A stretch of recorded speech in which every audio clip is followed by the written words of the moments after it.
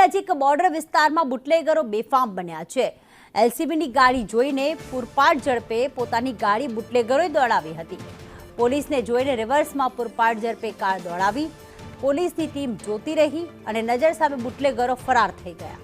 અંધારામાં બુટલેગર પૂરપાટ ઝડપે કાર સાથે ફરાર થઈ ગયા છે। તો પોલીસની ગાડી જોઈને આ ગાડીને રિવર્સ પૂરપાટ ઝડપે દોડાવી હતી અને જોતામાં અંધારાનો લાભ લઈને અને બુટલેગરો ફરાર થઈ ગયા હતા। આ દ્રશ્યો પણ સામે આવી રહ્યા છે। શૈલેષ અમારી સાથે જોડાઈ ગયા છે। શૈલેષ, પોલીસની ગાડી જોઈ અને સામે જ રિવર્સમાં ગાડી એટલી પૂરપાટ ઝડપે દોડાવી બુટલેગરોએ અને ત્યાંથી ફરાર થઈ ગયા છે।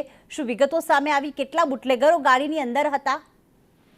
જી પ્રીતિ, શામળાજીનો સરહદી જે વિસ્તાર છે ત્યાં બુટલેગરો હંમેશા બેફામ બનતા હોય છે। એલસીબી પોલીસને બાતમી હતી કે બુટલેગર કારમાં દારૂ ભરીને આવી રહ્યો છે। બાતમી આધારે પોલીસ તપાસમાંથી એ દરમિયાન સામેથી બુટલેગરની ગાડી જોતા બુટલેગરે પણ પોલીસને જોતા 6 કિલોમીટર સુધી પૂરપાટ ઝડપે એ ગાડી રિવર્સ દોડાવી હતી। રિવર્સ દોડાવી રાજસ્થાનમાં પ્રવેશીને ત્યાંથી અંધારાનો લાભ લઈ અને ફરાર થઈ ગયા હતા। આમ જે જિલ્લા એલસીબી પોલીસ એ જોતી રહી અને બુટલેગર અંધારાનો લાભ લઈ દારૂ ભરેલો હતો છતાં પણ એ ફરાર થઈ ગયા। બિલકુલ, આભાર શૈલેષ તમામ વિગતો માટે।